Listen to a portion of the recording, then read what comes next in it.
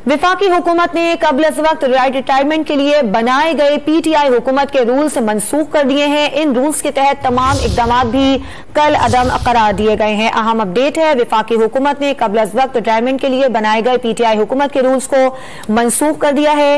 इन rules के तहत तमाम इकदाम भी कल अदम करार दिए गए हैं। Civil servants retirement directory from service rule से 2020 भी वापस ले लिया गया है। इस पर बात करेंगे डॉन न्यूज के नुमाइंदे ताहिर शेरानी से। ताहिर, बताइएगा क्या अपडेट्स हैं?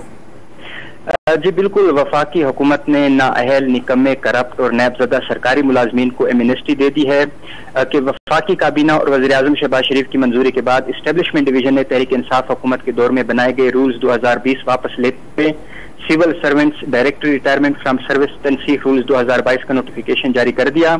नए नोटिफिकेशन के तहत civil servants directory retirement from service rules 2022 गैर मुअस्सर हो गए हैं। रूल्स के तहत लिए जाने वाले तमाम इकदाम को कलअदम करार दे दिया गया है। कबल अज वक्त रिटायरमेंट के लिए तश्कील करदा रिटायरमेंट कमेटियां और बोर्ड को तहलील कर दिया गया है।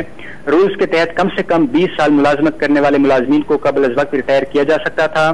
खराब कारकर्दगी, करप्शन में मुलविस और नैब के साथ प्ली बारगेन वाले मुलाजमीन को घर जाना था, जबकि 2 मरतबा सुपरसीड किए जाने वाले मुलाजमीन को भी कबल अज वक्त रिटायर किया जा सकता था।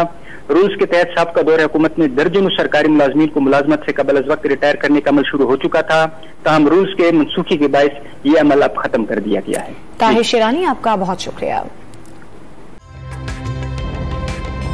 ताज़ा तरीन वीडियोस के लिए हमारा YouTube चैनल सब्सक्राइब करके बेल आइकन प्रेस करिए ताकि आपको मिले हर अपडेट सबसे पहले।